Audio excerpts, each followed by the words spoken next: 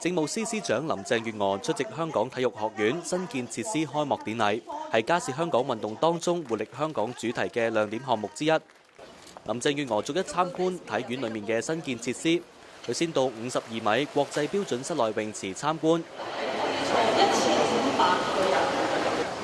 然後參觀新嘅賽艇中心，呢度最多可以存放140艘賽艇。林鄭月娥喺訓練室了解運動員嘅操練情況，亦都同運動員交談。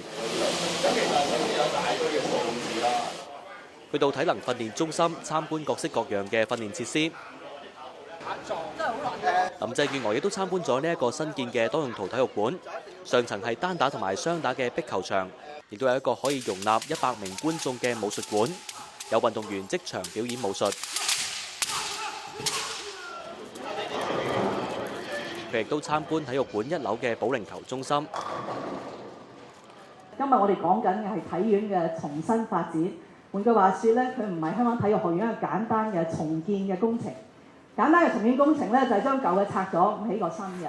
但其實香港體育學院咧係盡量利用呢一片嘅土地咧，係不但只有新建嘅設施，亦都有翻新同埋改建嘅設施。